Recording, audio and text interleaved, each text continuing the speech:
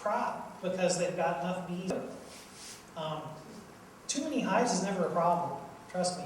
It's always easy to get back to less hives. Most people are worried that they don't have enough. So, you can even take the old queen out if you see her and put her in a nuke with a frame of brood and a frame of honey just to simulate that she's gone.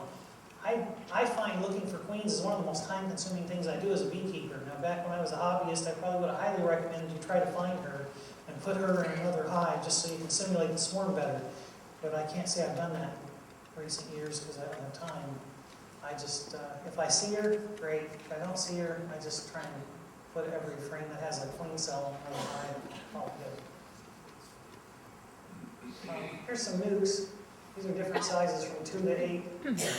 I like having different sizes around. That's nice when you're doing a split to put it in something that, a space they can easily manage. A lot of what you do as a beekeeper is manage space. You try to contract them down for the winter. You try to put on enough supers to keep them from swarming, enough supers that they can put away a crop and they don't run out of room. You find bees that are getting infested with wax moths, it's probably because you didn't manage the space for them because they got too many combs, they can't guard them, and the wax moths are taking over. If you compress that hive down and get rid of any comb that they can't cover, they'll probably pull out of that and turn around. So a lot of what you do is manage space, and it's easier to manage space on little colonies when you have nukes.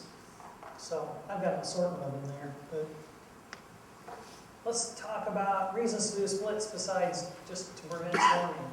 Sometimes you do splits just because you want more hives. Sometimes you do it because you're trying to requeen them. It's easier to requeen a bunch of young old bees, so a lot of times somebody will make a split, take a few frames of brood, and put them over here, and then all the field bees go back to the old hive, and they introduce a queen to these nice young bees who are real willing to accept them, and then they recombine them back later, and they requeen the hive. That's one of the things people sometimes do splits for. You can do splits to actually get more production. I know that sounds contradictory, but we'll talk more about that. You can do splits to get less production. And by that I mostly mean that some people don't want too many hives or they don't want too many bees, and so some of what you're doing really is a plan to split and then recombine later just to prevent the swarming and then end up back to where you started. And sometimes you're doing them just because you want queens. Timing. You can do a split a lot of different times. Personally, I think the smartest time to do a split is when the bees would have swarmed anyway. Right during the prime swarm season is the best time to do splits. Now, the problem is right during the prime swarm season is probably just before the flow, so it probably won't help you get more honey. But it's probably the best time to ensure that both colonies are going to do really well. We'll talk more about how to do a split and time it so you actually get more honey and you end up with more bees.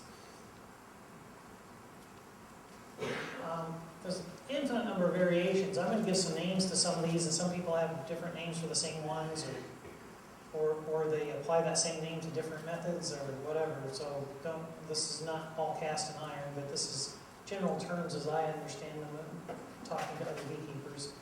But there's all kinds of variations on how much you want to give to what and what you want as an outcome. But here are the basic concepts of splits. Both of your colonies need to end up with either a queen or the resources to make a queen. And what are the resources to make a queen? Anybody? If you've got some eggs, you're probably set. All you really need is a four-day old one that's just hatched. But yeah, if you got eggs and a larva, you're set. You need an adequate supply of honey and pollen, because if you're doing a split, especially if you're doing a split and you're going to have one side of it raise their own queen, they need plenty of honey and pollen to feed that queen to make sure she's a good queen. Plus, you don't really want to stress out this colony you're making the split on. You want them to get a good start so that they can build up quickly, and so hopefully maybe they'll make you a crop even. You need to make sure that you account for drift back to the original site. And by that I mean you don't necessarily have to do anything about it or not do anything about it, but you need to have your expectations right, take it into account, and consider whether that's going to work. Because what's going to happen when you do a split is that all the field bees are going to go back to the old location, period. The only way you can avoid that is if you pack them up and move them 2 miles away. If you've got a place 2 miles away, that's all right. I've been keeping bees for 39 years and I've never done that in my life. But is it a good idea? Yeah, probably. I'm too lazy. First I never did it because I didn't have a place 2 miles away. Now I don't do it because I'm too lazy. I've already been not doing it all this time and I didn't see any reason to change. It's easier for me to just account for it and do it there than it is to pack them up and move them 2 miles. You can account for it by a variety of ways. You can shake some extra bees in to the one that's in the new location. You can put both of them so they're facing the old location and there's nobody at the old location. And then the field bees who come back to the old location, they look and there's a hive on the right, there's a hive on their left, and they go, I don't know, and they fly into one of them.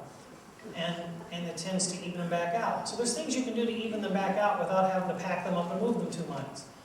But you need to take it into account that when you make a split, all the field bees are going back to the old location. That's where they're going to go. Now, if there's nothing at the old location, they're probably going to circle and go in the first hive they find. That's typically what they'll do. They'll just start making a spiral out until they find a hive, and they'll go in that one. So if you take these things into account, you can do a split and leave them in the same yard. If you don't want to take them into account, well then pack up your splits, move them 2 miles away, and that'll work too. You need to respect the natural structure of the brood nest. When you're splitting a hive, quite often you're taking these frames out and you're putting them over, you're giving half of them to this one and half of them to this one maybe, depending on how big a split you're trying to make and what kind of split you're trying to make, but you're probably divvying up to some extent the stores, the brood, etc. Pay attention to the structure of how it is in a regular hive. The brood's all together. It's not all scattered out. The pollen tends to be on the outside edges of the brood nest. The honey, there tends to be honey outside of that. So, put them back in that kind of an order so that the brood's together, so that the drones are on the outside, so that the pollen's toward the outside. I don't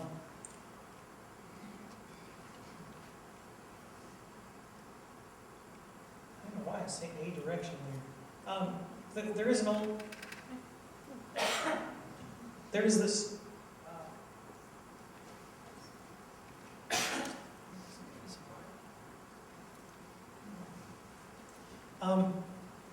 There is an old saying you can raise more bees or more honey, but you can do both.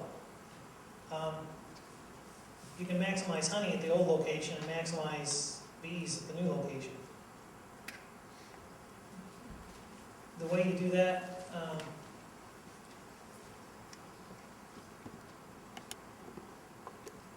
well, I'll talk more about it later maybe, I think. We'll just go on here. One of the concepts that people are always coming up with is whether you should buy a queen or raise your own queen. I tend real hard towards raising your own queen for a number of reasons. And letting them raise their own queen is probably the simplest way to do that, but if you're already raising your own queens, then you have queen cells to work with, and that works pretty well. But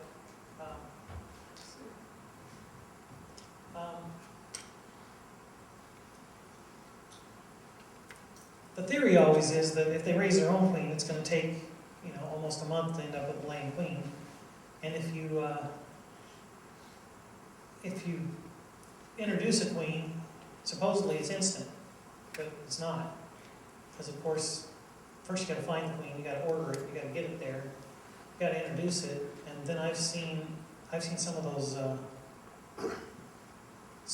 commercial queens take 2 weeks to start laying. Some of them start laying right off the bat as soon as they get out, and some of them don't start for 2 weeks.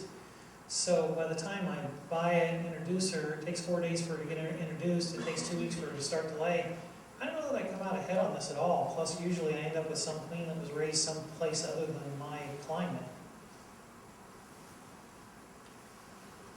But this is a pretty realistic estimate here, is that it's probably going to take 24 days at least for them to get a queen laying if you just make them queenless, because they're going to start with a 4-day-old larva. And it takes about 28 days from the egg to the laying queen. I know that's not the math you're used to, because she's going to emerge in 16 days from when the egg was laid, but she's actually going to emerge in 10 days from when you made her queenless, but then it's going to take her a couple of weeks to get mated. So it's actually about 24 days is pretty typical. So it's probably gonna take 24 days before they've got laying queen if I just make them queenless. If I introduce a queen that I bought, it's probably gonna take 4 days for her to get, for her to get released. She's not necessarily gonna be laying. She may not lay for another 2 weeks, or she might start laying right away. It's hard to say. But at best, that's a difference of 3 weeks. And maybe that's an issue, but I think keeping local genetics and raising your own queens is important. So I'd let them raise their own, or I'd raise my own and put a queen cell in there. So the basic kinds I'm going to talk about briefly are even splits, which is just divvying it all up. A walk-away split where you divvy them all up, but you don't introduce a queen. Anytime you don't introduce a queen, it's pretty much called a walk-away because you're just letting them raise a queen. A cut down, a demaree, and swarm prevention. Basically, a real easy way to do this if you're not real confident in your ability to evenly distribute things. If you took every single box in this hive and said 1 frame for you, and 1 frame for you, and 1 frame for you, and 1 frame for you, and you kept going from left to right, and you do it on the next box for the next box, and you leave all those in the middle and put empty ones on the outside, you'll end up with basically half of the resources in each of them. And that's not a bad way to do it. If you do it that way, and you keep them in order as you go, then it's pretty much in the same structure as it used to be, with the brood in the middle and the honey on the outside and whatever. You end up with roughly the same structure, and you get them pretty much evenly split. And if you face them both to the old location, then you kind of equalize them. And if they get too far out of whack and they prefer the one with the real queen enough more, you can just swap places with them if you want. A walk-away split, basically, you make sure that both sides have a way to raise a queen. You shake a few extra nurse bees into the side that's not at the old location, and you put the lids on and walk away. Now, if you know where the queen is, you can put her in the new location, because that gives them a little bit of an advantage because they've got a queen, and a disadvantage because the field bees went back to the old location. So it kind of evens out a little bit. But that's basically a walk-away split.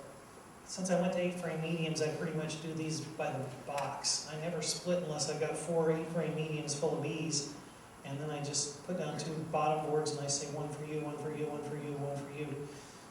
And then I throw a couple of empties on the top, put the lid on, and I walk away. And it goes really fast, and it tends to work because the boxes are small enough that the brood nest usually is in at least 2.5 of those boxes. So the bottom box is all brood, the next box is all brood, the next box is usually half brood and half honey, and the top box is usually all honey. And so I've got a decent amount of honey and a decent amount of brood in both of them, and I don't have to worry that there's brood in both of them. I know there is. But that's a walk away. Some people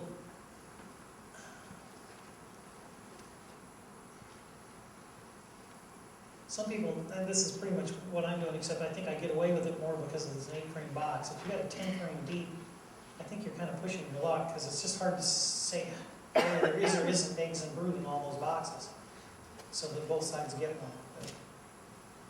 But, I call this a typical split just because it seems to be what people do more often. It's basically you can do the same thing as the walk-away or any of those others, except you introduce a queen to the side that you know is queenless. The problem with this is it not only requires me to buy a queen, it requires me to find the queen. If you're a newbie, you might want to really mull that one over. Because I get I don't know how many emails a year from people who I bought a queen, I need to get rid of the old queen to introduce her, but I can't find her. What can I do? Well, and the whole thing was they wanted to do a split. Well, if they would have just not bought the queen, they could just divvy them up. Whichever side doesn't have the queen will raise one. I don't care where she is. But if you bought a queen, you do care where she is, because the side that has the queen, if you put a queen in a cage in there, they're just going to kill her. And the side that doesn't have the queen is going to accept her. So it's kind of important to know where she is, and now you've got to find her. You don't have any choice. So keep that in mind. It's going to be required to find her if you buy a queen and you're going to do it this way. A DeMarie, there's variations on this too. I mean, the original way the DeMaries written up. I think it's a little more complicated. The guy I know who does this a lot has simplified it over the years. He started out following the entire process. I think you can find it explained online.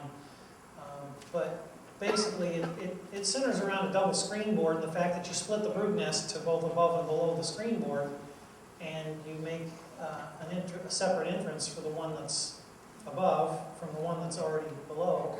And basically, it's a way of doing swarm prevention and a split, because whichever side is queenless, which I think if you do the official deanery, the top is supposed to be. Maybe it's not, I don't remember. But anyway, the guy I know who does this all the time, he doesn't care where the queen is. He's been doing it too long to spend the time to find her.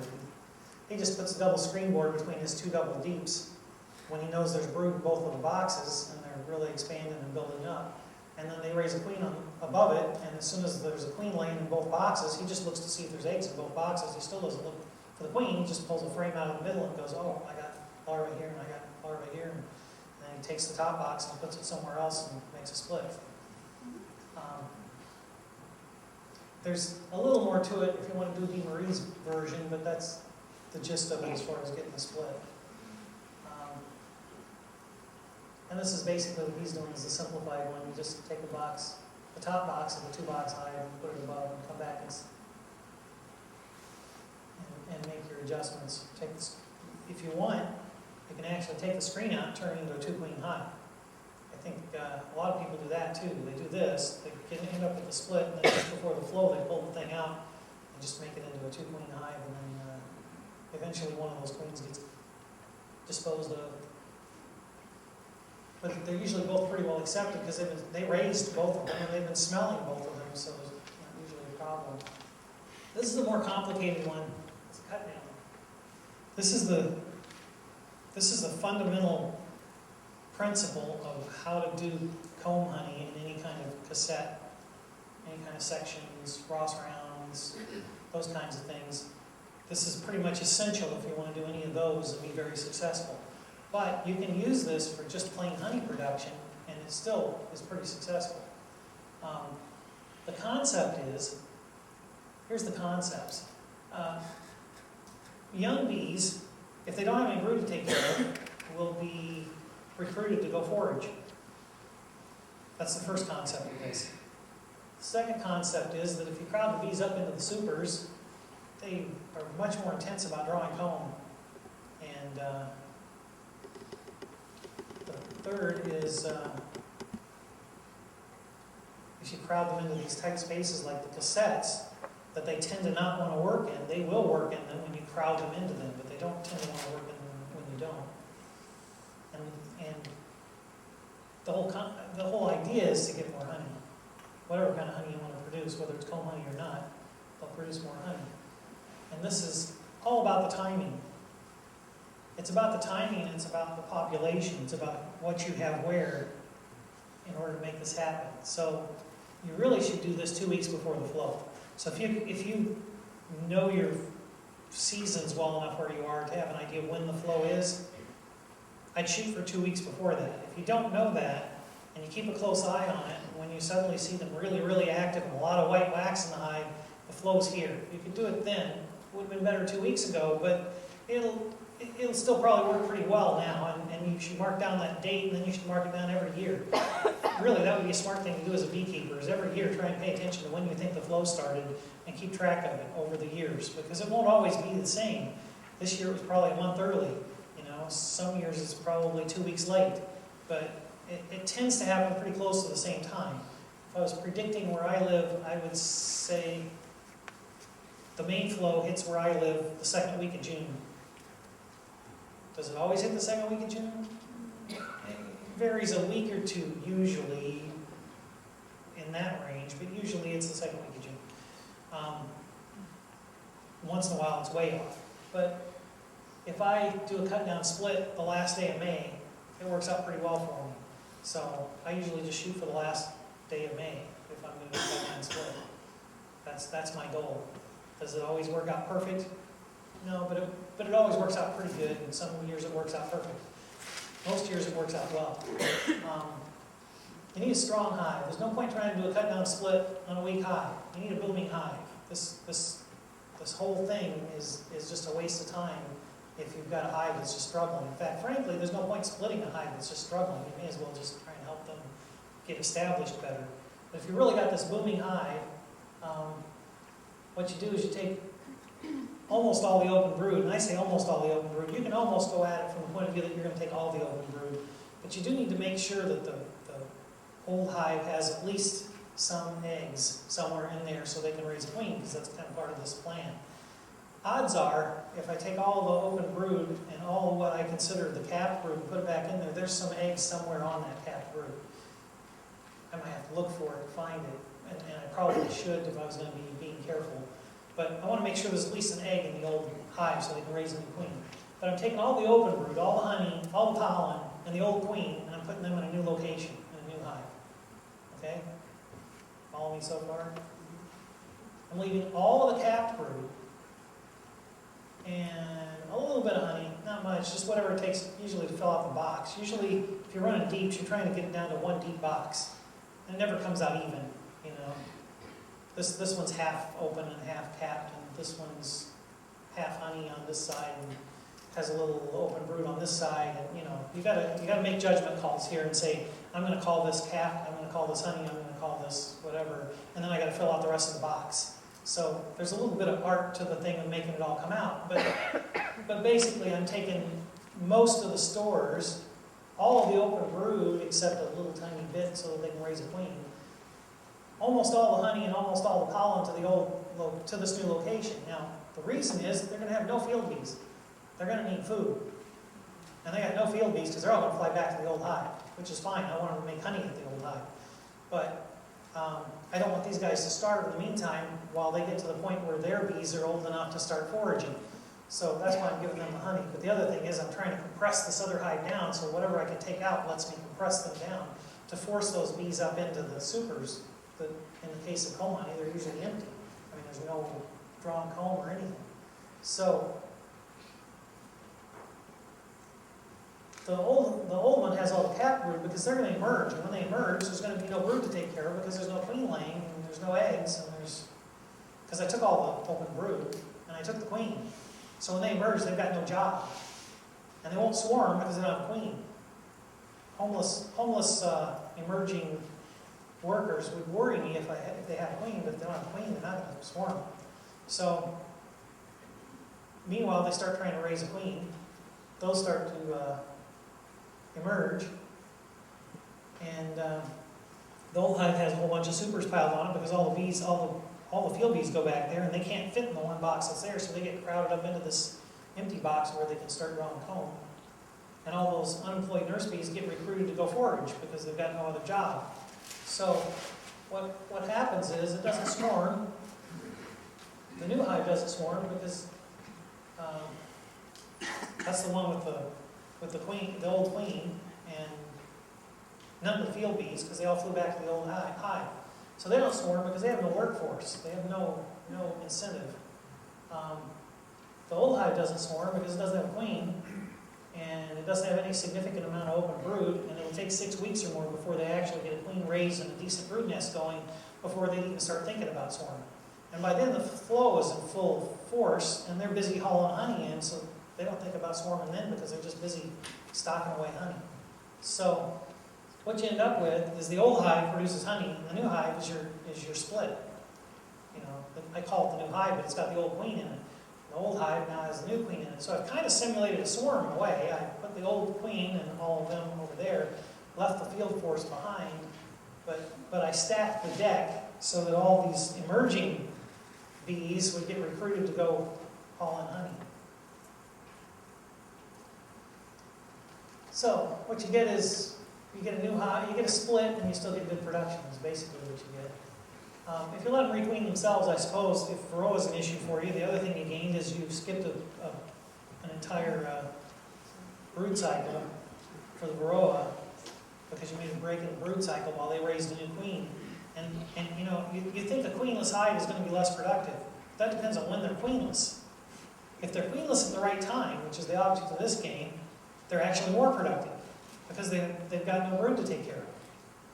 They don't need any bees to take care of brood, so all the bees get recruited to go forage. Here's a few variations. One of them is you can leave the queen with the old hive and take all the open, and just take all the open brood out. I've seen people do that. I'm worried that I'm trying to crowd them. I'm afraid they're going to swarm if I crowd them with the old queen. But you can put the new queen. Oh, some people buy a bunch of queens. The way Lloyd Spears does this, he actually goes through. He requeens them twice every spring. He requeens them like in April, and he requeens them in May. I don't see how I can afford it. I think queens are way too expensive, but basically he requeens them in April, and then he requeens them again in May, and so he's always putting a queen in all of them. But his object is to have the youngest possible queen in that one that's being crowded up, so that they won't swarm. And then the other thing is you could, if you don't really want to split them and you don't want to end up with more hives, but you want to get the same kind of effect, if you confine the queen 2 weeks before the flow, then there's no open brood for the nurse bees to feed when they emerge, because she's not laying any eggs. So you end up with kind of the same effect, but you don't end up with another hive. But if you're trying not to end up with another hive, that could be effective. And actually, back to we talked about the varroa thing before. Some people confine their queen to try and help with varroa. I don't, but if that's what you want to do, this is the right time to confine her to actually get more honey rather than less honey. Because if you confine her more than 2 weeks before that, you probably end up with less honey. If you confine her after the honey flow, you're not going to have enough young bees going into the winter. So this is really the best time to confine her if you want to have the maximum honey and still have plenty of young bees going into the winter.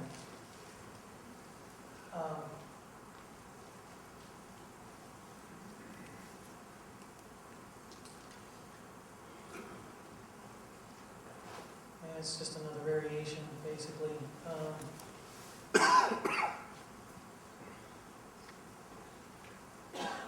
Let's skip that. Okay, this is a cut down split combined. This is, if you really want to try and set the world record for the most pounds of honey off of a hive, you set up two hives side by side, up against each other, side by side. You get them both going pretty well. And then that 2 weeks before the flow, same as before, you basically do a cut down on both of them at the same time, except you take all of the open brood from both of them. You can make 2 splits out of those if you want. Take all the open brood and the old queen from this one and make a new split. All the open brood and the queen from this one and make a new split. Now you combine all that capped brood into one hive, and you take the other hive away. So there's only one hive here, and all the field bees from both of those hives come back to this one hive. No queen, a lot of capped brood, a little bit of open brood so they can raise a queen. And now you've actually doubled the population of this hive. You not only did a cut down split, which gave them a lot to recruit from, you gave them twice as many bees to start with. And the only really reason I do this is if you're actually getting too many hives and you really want to make a lot of honey.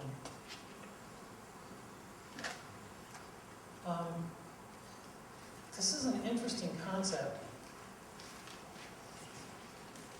I ran into this taking a queen rearing class from Marla Spivak.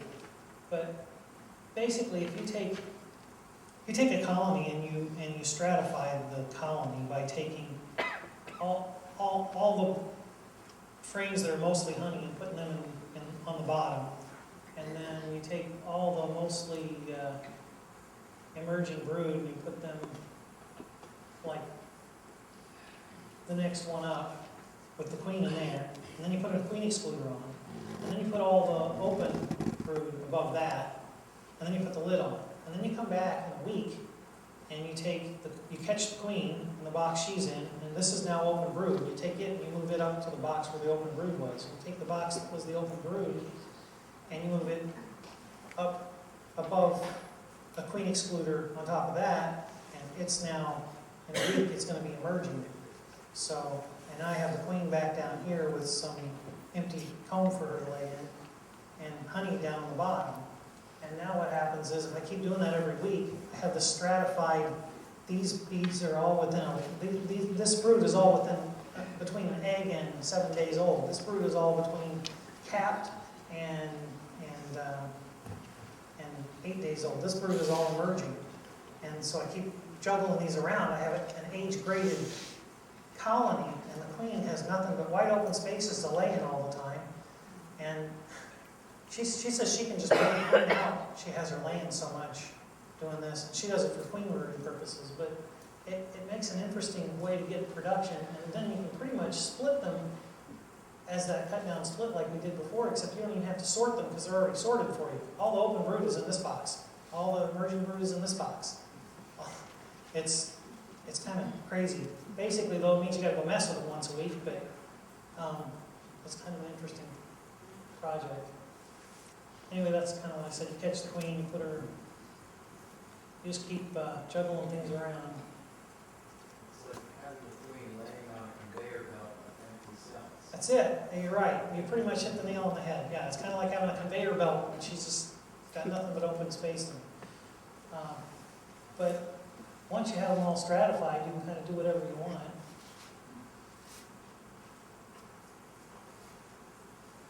See, it's capped, open, the queen laying, and then the honey. So now you can easily sort open brood and eggs into your split, and leave the capping and emerging at the old one, and you can do your cut down split, and everything's perfectly organized.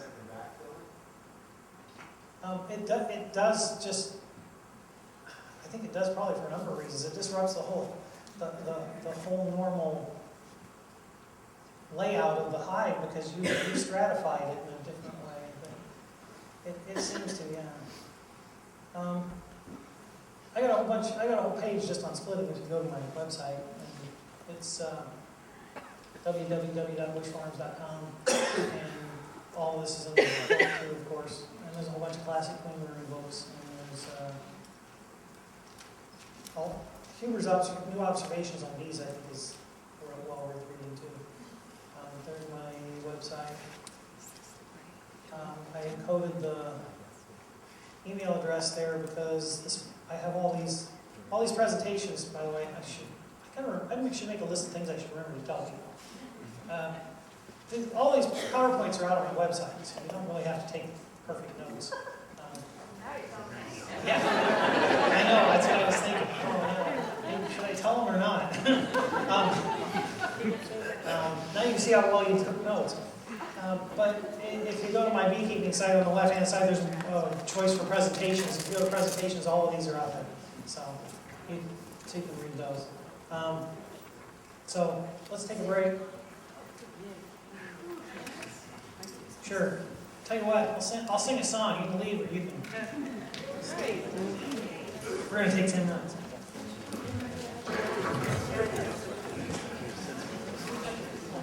I've had a few requests, so somebody brought a guitar for me.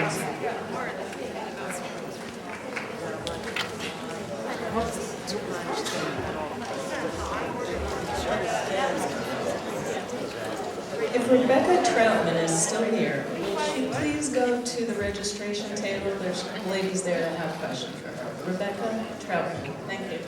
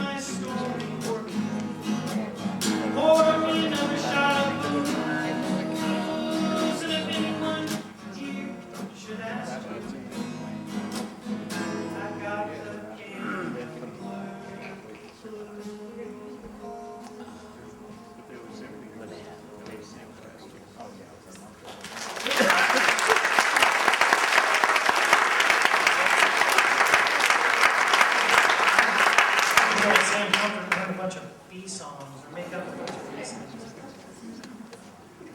I got time to do one.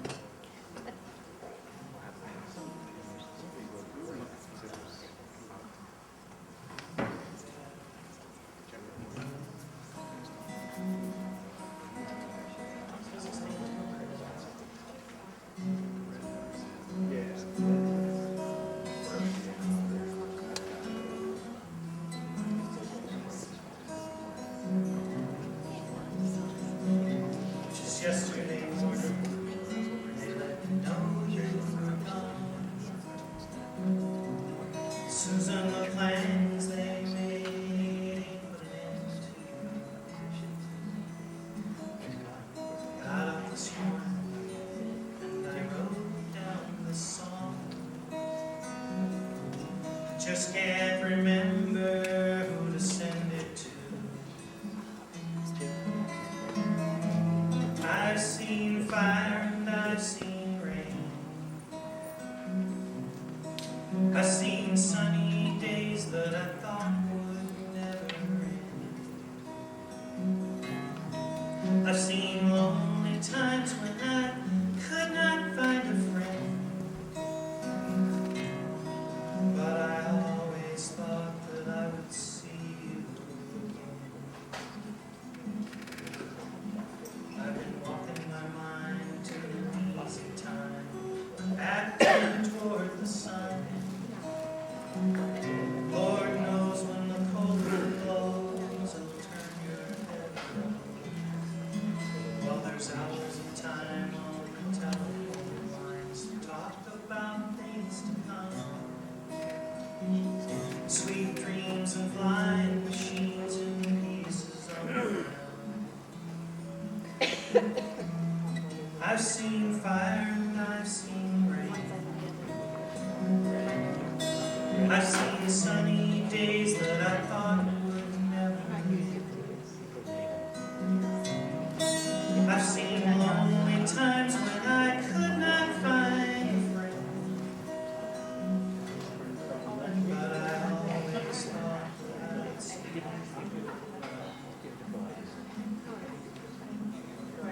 Down upon me, Jesus, you got to help me make a stand. You've just got to see me through another way. Body's aching, and my time is at hand. I won't make it any other way. I've seen fire and I've seen rain. I've seen sunny days that I thought would never end. I've seen lonely times when I could not find a friend. But I always thought that I would see you, baby, one more time.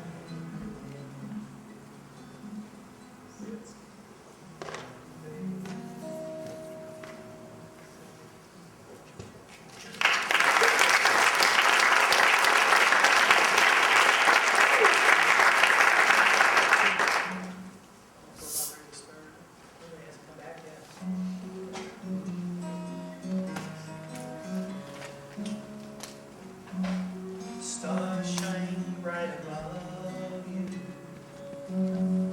Night breezes seem to whisper, I love you. Birds singing in the sycamore tree. Dream a little dream of me. Say nighty-night and kiss me. Just hold me close and tell me you'll miss me. I'm alone as blue as can be. Dream a little dream of me. Stars fading, but I linger on, dear. Still craving your kiss. I'm longing to linger till dawn, dear. Just saying this. Sweet dreams till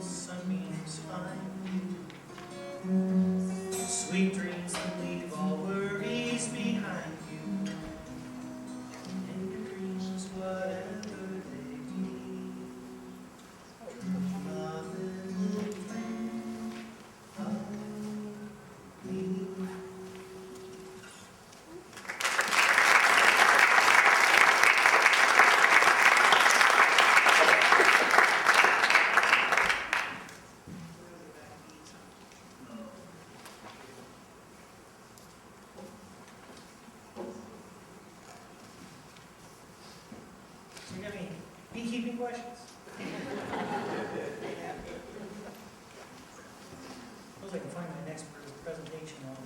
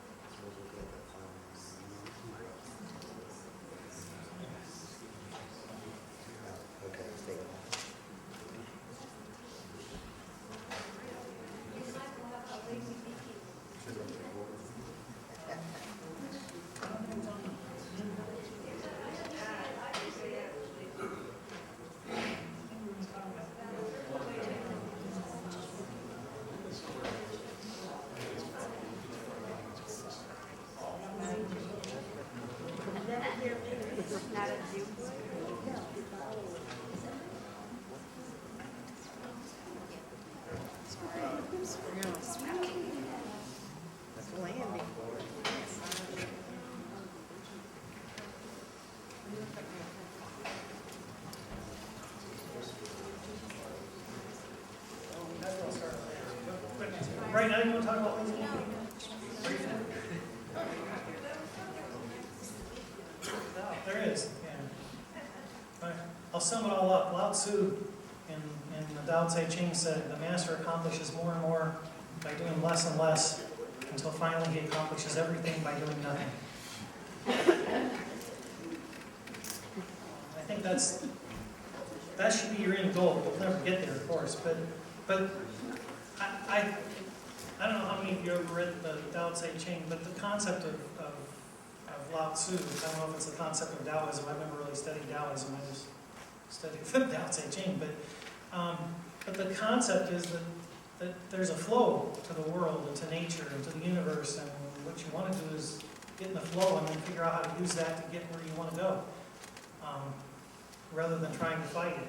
And I think that's really the bottom line of natural beekeeping, is that there's a flow to what bees do and how they do it, and not just that, but how they're connected to everything else around them. There's the whole flow of the whole universe involved, and you want to understand that and get the flow. Lazy beekeeping is the same thing. If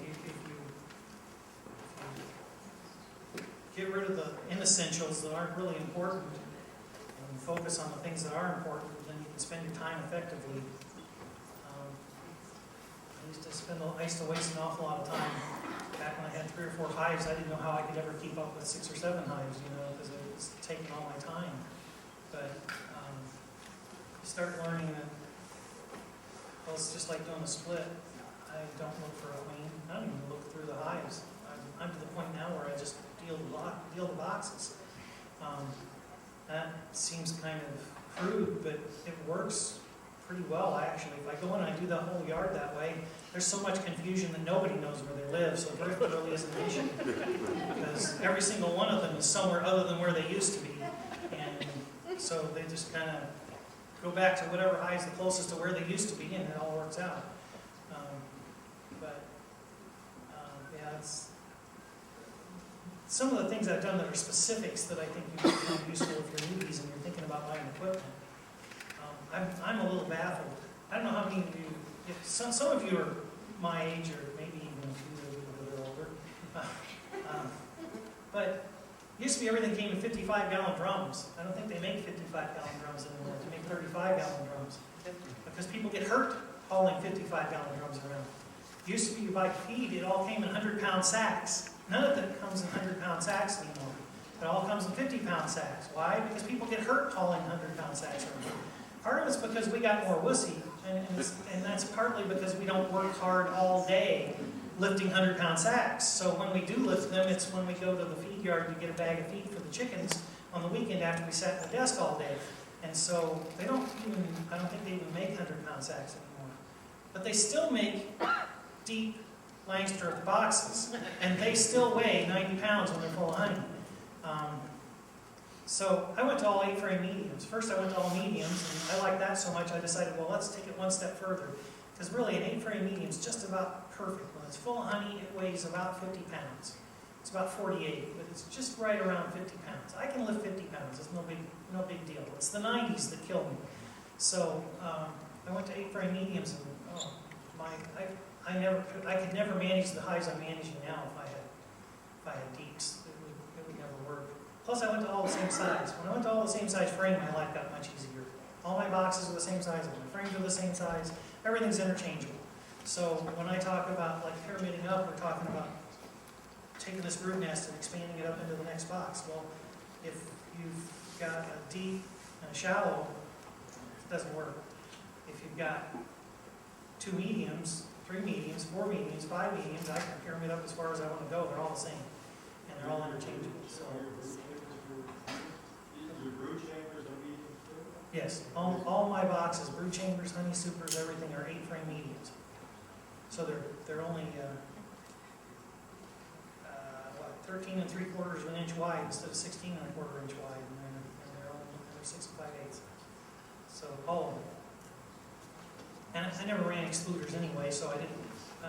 I much prefer to have it all be the same, because if I do have a frame of brood somewhere I don't want it, I can put it wherever I want. But I hardly ever have that anyway. So, but it's like somebody says, well, what do you do if the queen lays in the supers? Well, if the queen lays in the box, it's not a super, it's a brood box. I don't understand the issue, but I suppose the issue is I'm harvesting honey and there might be some brood in my honey, but that I can keep an eye out for. If I can't get the bees to leave, there's brood in there, but that's usually the way that works. So that's not usually that complicated. Are we ready to get started on this? Yeah. I think everybody's back. Go for it. Okay. So why would you want to raise your own queens?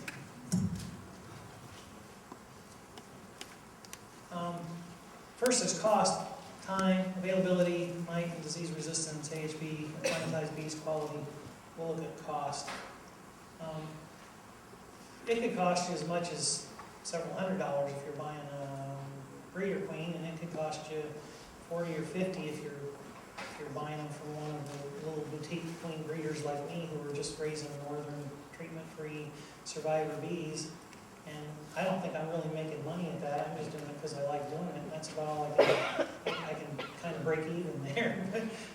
But I don't know how anybody makes money raising them at $20 a piece, to tell you the truth. But it does cost you money to buy them. But you know, this is kind of one of those things you could say, well, if it's not worth your effort to raise them at $20 a piece, then maybe I should just pay somebody to raise them. But you know, that's like, people always used to tell me it was cheaper to burn gas in your stove than to burn wood to heat your house. And I'd always say, well, that's not true, the wood's free. And they'd say, yeah, but you got to take into account the time it takes you to cut it. No, but I love cutting wood. So I don't think that counts. If you like raising queens and you like messing with bees, then I don't think it really counts to say, well, it takes me all this time to raise them. You'll learn more about bees raising queens than you ever learn doing anything else with bees. I think raising queens and comb honey are the 2 most challenging things in beekeeping.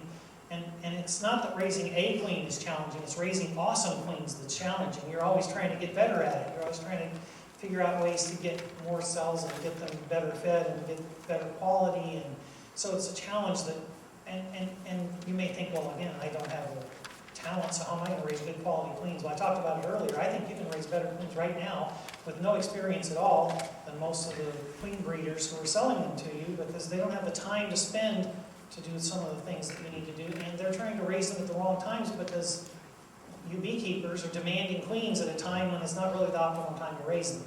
But if you raise them yourself and you do it at the optimum time, I think you can raise better queens. But typically it costs about $20 in shipping, and if you don't mind the time you spend doing it, that's money saved. I think time's a bigger issue though. If you raise your own queens and you keep a few around and some mating nukes and some nukes and whatever, then you've always got spare parts, you know?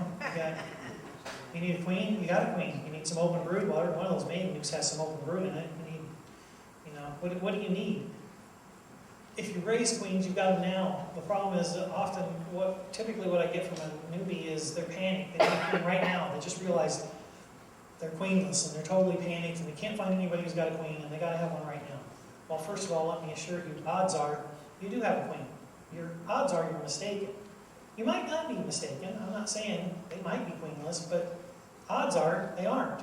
Bees usually succeed at raising another queen. Usually when you think they're queenless, they have a virgin queen who isn't laying yet.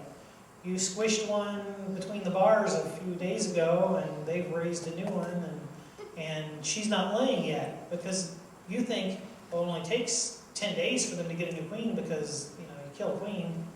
They start from a larva, so it's already 4 days old, It takes 12 days because it's already 4 days old, so it's 12 days from then until they're going to have a queen that emerges, and you think, now I have a queen. Well, yeah, sort of. You don't have a laying queen, but you have a queen. You have a virgin queen, and it'll be probably another 2 weeks before she's laying.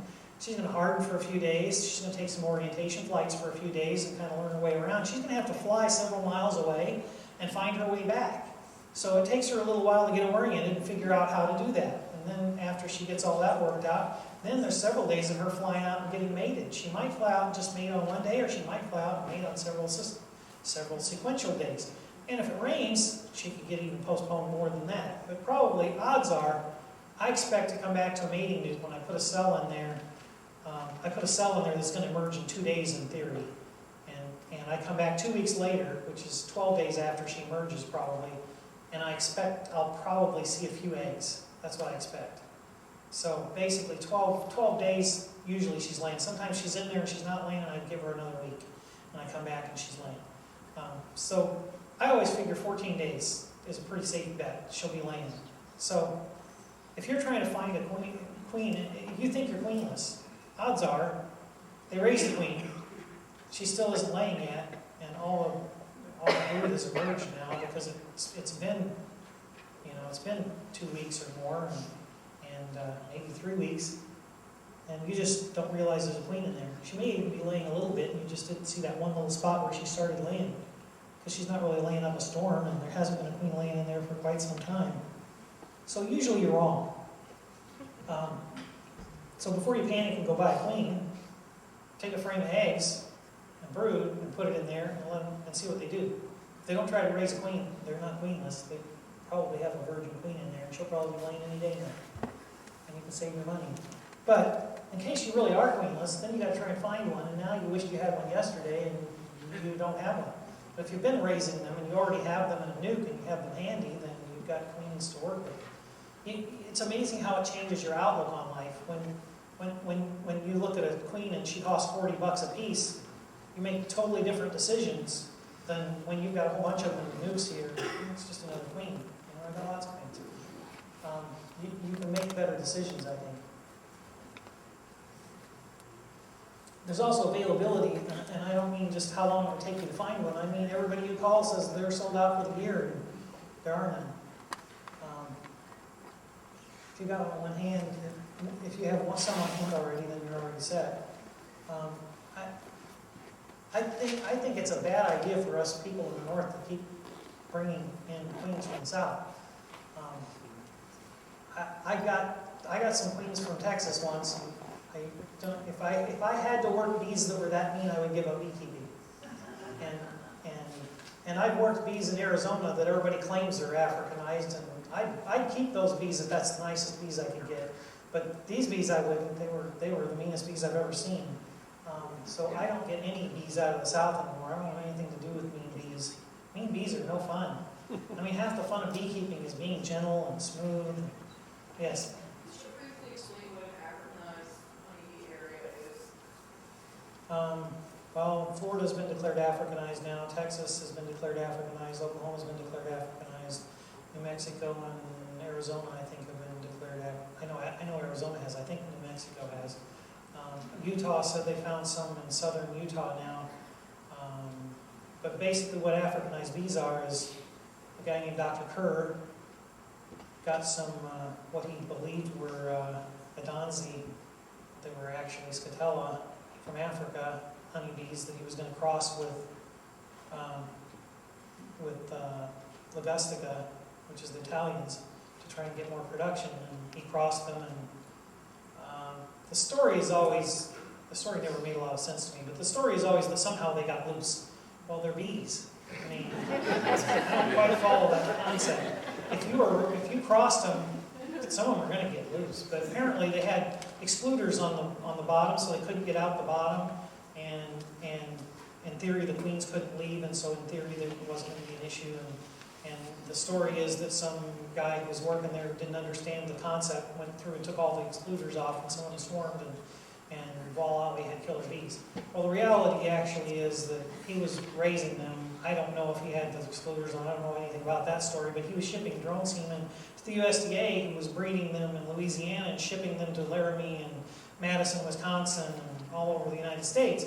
So we had Africanized bees being shipped all over this country all during that same period of time because they got the stock from the same guy, Dr. Kerr in South America, who was breeding them there. To tell you the truth, I think it's all a PR thing. I'm not saying there aren't some mean bees and that they aren't because that some of it might not be because they're Africanized, but a lot of it's a bit overblown. But I mean, I've seen bees mean enough that I know some of it isn't overblown. Some of them are that mean. I'm just saying they aren't all that mean, and I think maybe this whole invasion thing was a little overblown. But anyway, I still don't think we want to spread them any more than we have to. I think we want to keep them where they aren't here as long as possible. The theory is they can't live this far north. I don't think that's true, because the ones I had overwintered, that I got from Texas, overwintered, and they were the meanest bees I've ever seen, and I've seen a lot of mean bees. To tell you the truth, there's a lot of reasons bees are mean. A lot of times it's a F1 cross. When you get a line of bees genetically and another line of bees genetically, they're fairly pure, and you cross those two, sometimes those bees end up really mean. And that's what happened when they first brought the Italians over and they would cross with the German bees. Some of those German bees weren't very nice to start with, and then the Italians would cross with them and they were just really mean. They were, I mean, there were reports back then, there's reports back in the 1600s, there was a lawsuit. It wasn't 1600s, it was 1700s. There was a lawsuit where the bees stung, this guy tied his mules up in front of these beehives and the bees stung his mules to death, and he was suing the guy. So, I mean, they've been mean bees for a while. But anyway, yeah, I wouldn't order them from, actually, so far they're not talking about Africanized bees in Georgia, are they? Or did I hear somebody say they found some in South Georgia now? Yeah, I guess I heard they found them in South, anyway. They already found them in Florida, which used to be a big queen breeding area, and now they're finding them in Georgia, and I don't know how far they'll spread, but I sort of doubt that they're going to stop, is my guess. But there's no point accelerating that by buying queens from areas where they are. That's my opinion. You can breed for bees that are resistant to disease. Actually, the amazing thing that happened in tracheal mites is as soon as the varroa came along and everybody lost interest in trying to fight the tracheal mites, the problem went away. As long as everybody was treating for it, we kept having problems. As soon as everybody quit treating for it, it went away. I've heard several of the bee scientists, Dr. Ellis, and I've heard Mark Spivak, and I've heard a few of the others say, in general, it comes down to the basic thing that if we just had never treated for varroa at all, we'd already be over this. Everything would be fine. And anyway, you've got breeders who aren't really breeding for much of anything other than the most number of queens they can produce, because they can sell all of them they can produce pretty much. So they're just trying to produce as many of them as they can to try and make a living and feed their family and put their kids through college. And they're not really worried about breeding for any of these traits particularly. Some of them have tried to pick up on the DSH or the Minnesota hygienic, but pretty much they're just taking stock that somebody else had that they said was that, and they're just breeding them. They're not really doing a lot of testing for it, and I don't know that you really need to do a lot of testing for it, but what you do have to do is you have to stop treating. If you stop treating, you are testing for it. Because if they're thriving and they're not being treated, then they're probably doing pretty well. If they're failing when they're not being treated, then they're probably not going to do very well. Anyway, I think the genetics of these bees is far too important. Not only that, the quality of how they're raised is too important to leave to people who don't really have a stake in that. They just want to sell you queens, and if you buy another one next year, that's no big deal. That's fine. They'll sell you another one. I'm not saying they're necessarily trying to make you buy another one. They're pretty much selling all of them they can make anyway, so they're not really worried about it. But they have no real stake in the longevity of your queens or the quality. I just think we talk already a lot about the